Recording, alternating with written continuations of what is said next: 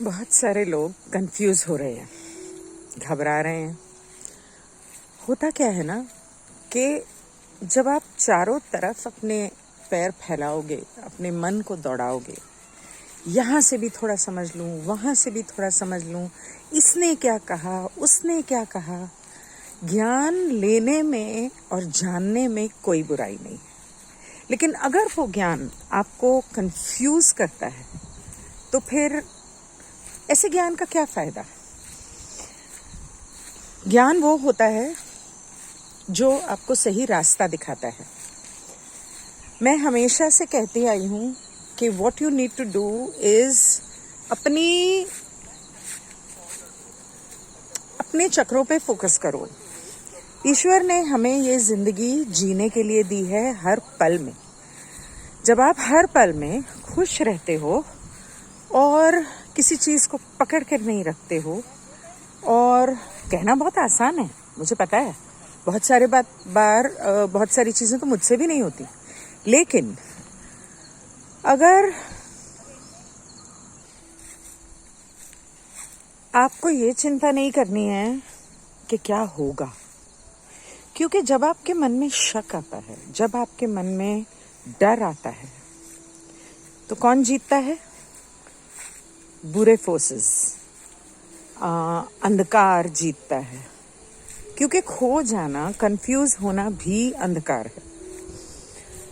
आपको किस चीज़ की ज़रूरत है? विश्वास की, क्योंकि क्रिएटर कहाँ है? हमारे अंदर। और क्रिएटर हमारे अंदर है, हमारे आसपास हर चीज़ में है।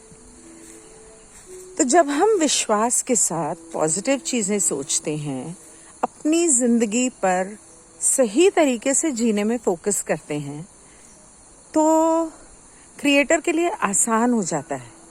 जब आप कहते हो ना, हाँ ये नहीं हो जाए, हाँ ये चाहिए, तो ये चाहिए मतलब ये आपके पास नहीं है, और ये नहीं हो जाए क्रिएटर को नहीं समझ में आता।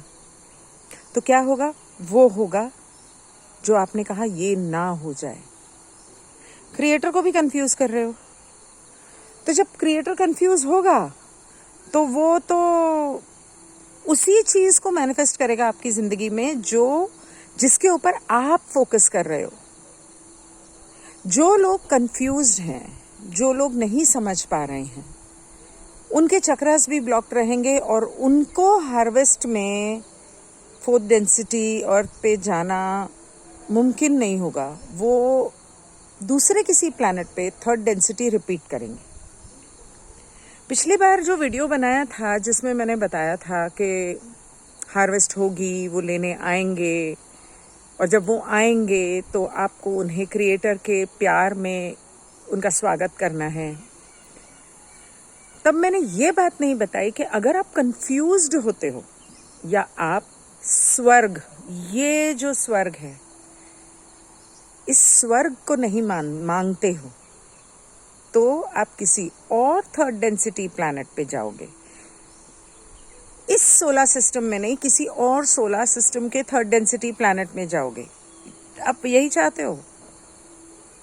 अपने ऊपर फोकस करो। जो होगा होगा, और जब होगा तब होगा। आपको चिंता करने की जरूरत नहीं है। चिंता चिता समान। क्यों चिंता करना है?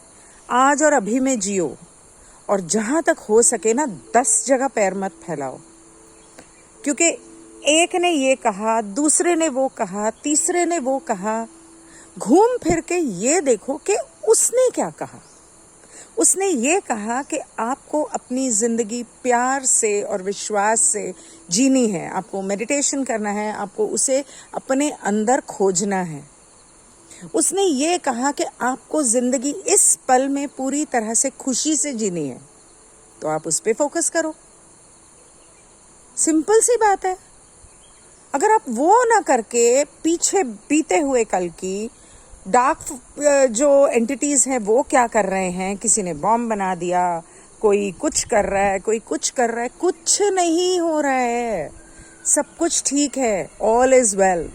जब भी दिल में डर आए, all is well, all is well. वो एक ही ढंग की पिक्चर बनाई पूरी बॉलीवुड ने, all is well, that's it. अपने आप को विश्वास दिलाओ ऑल इज वेल। रहा जानवरों का सवाल कि जानवर हमारे साथ जाएंगे या नहीं, हमारे घर वालों का नहीं पता हमें वो साथ जाएंगे या नहीं। जानवर जो हैं वो थर्ड डेंसिटी प्लैनेट पे होंगे। और रहा हमारा क्रिस्टल्स का सवाल, क्रिस्टल्स को हम धरती माँ को सौंप देंगे, क्रिएटर को सौंप देंगे। और क्रिस्टल्स की अपनी मर्जी भी तो है, वो भी तो बीइंग्स है ना, लिविंग बीइंग्स हैं, जिंदा हैं, उनके अंदर भी तो जिंदगी है, जान है। तो हम उन पे सौंप देंगे, वो चुनेंगे उन्हें क्या करना है। हम कौन होते हैं उनके लिए फैसला करने वाले। लेकिन हाँ, जहाँ तक मैं समझती हूँ, जिन क्रिस्टल्स को हम प्यार देते हैं वो क्रिस्टल्स जो हैं सेकेंड डेंसिटी बीइंग्स बनकर, पेड़ पौधे बनकर शायद जन्म लेंगे, शायद इस धरती पर, शायद किसी और थर्ड डेंसिटी प्लैनेट में, ताकि वो आगे असेंड कर सकें।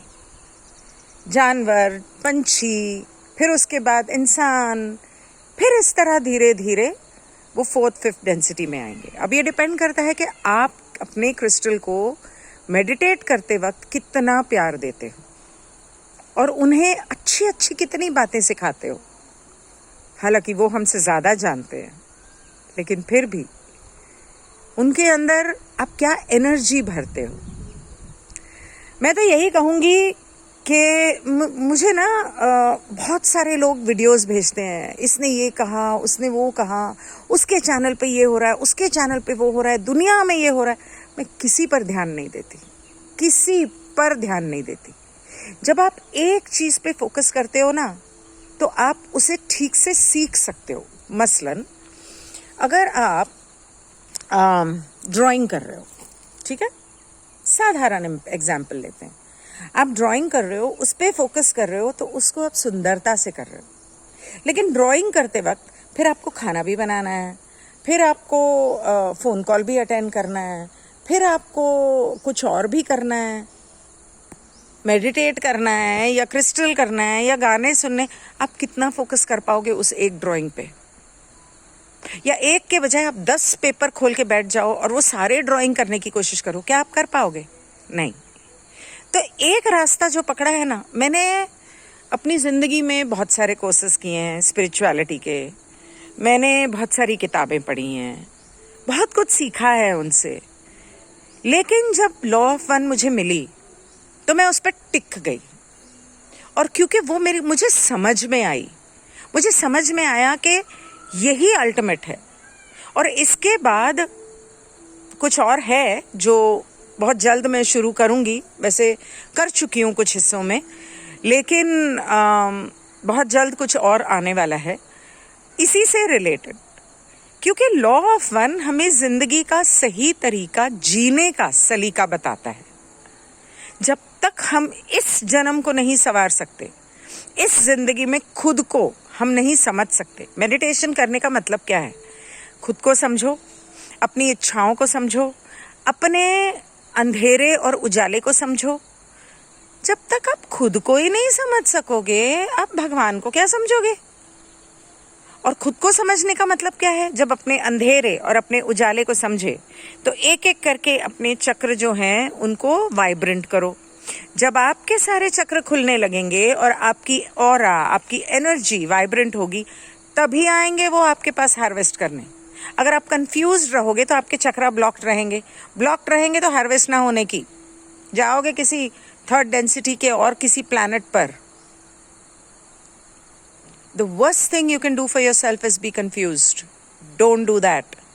Don't spread yourself. वो कहते हैं ना, बिखरा हुआ, बिखर मत जाओ अलग अलग चीजों में। एक पकड़ के रखो, क्या हो गया वो हो गया, उससे हमें कोई लेना देना नहीं। और क्या होगा, जो होगा देखी जाएगी। आज और अभी को अगर संवार लोगे तो जो होने वाला है वो सुंदर ही होगा। आज और अभी में पॉजिटिव सोचोगे तो जो होने वाला है वो पॉजिटिव ही होगा। सो रिलैक्स, गहरी सांस लो, धीरे धीरे बाहर छोड़ो। जब भी मन में कंफ्यूजन आए, डर आए, मेडिटेशन में बैठ जाओ।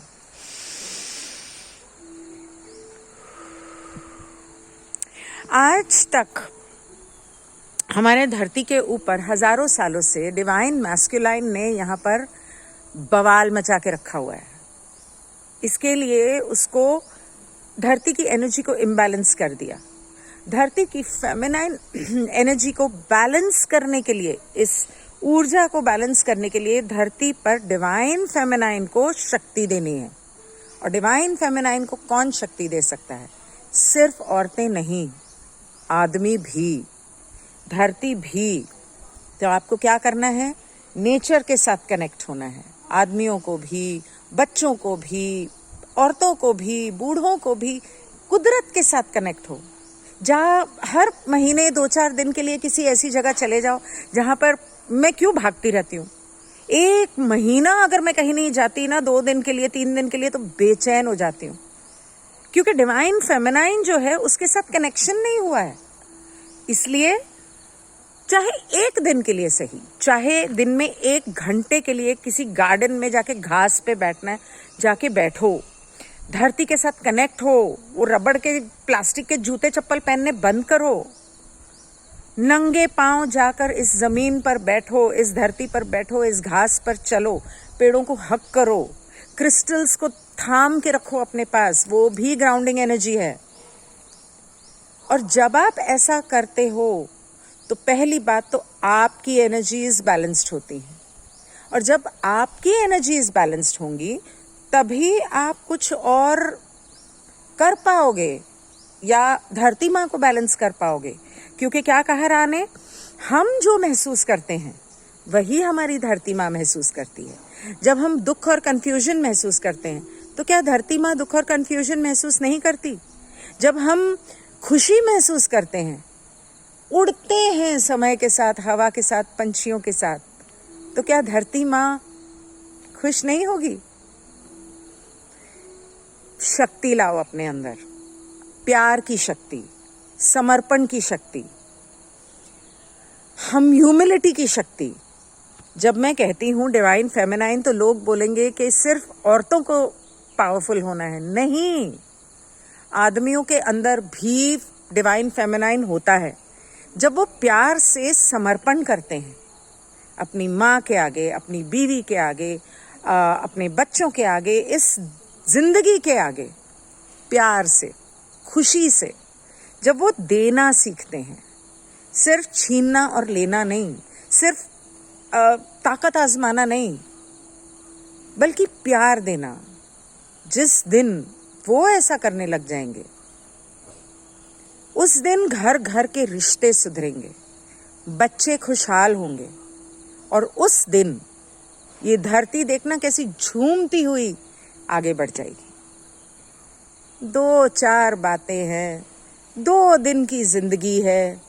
भौतिक सुखों से हम भौतिक सुखों की इच्छाओं से हम इस भौतिक दुनिया में फंसे रहेंगे।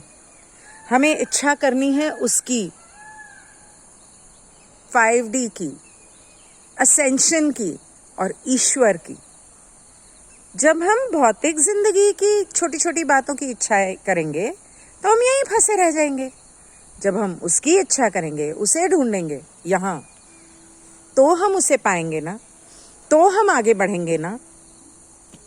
आगे आप सबकी मर्जी है, आप जो चाहे इच्छा करो।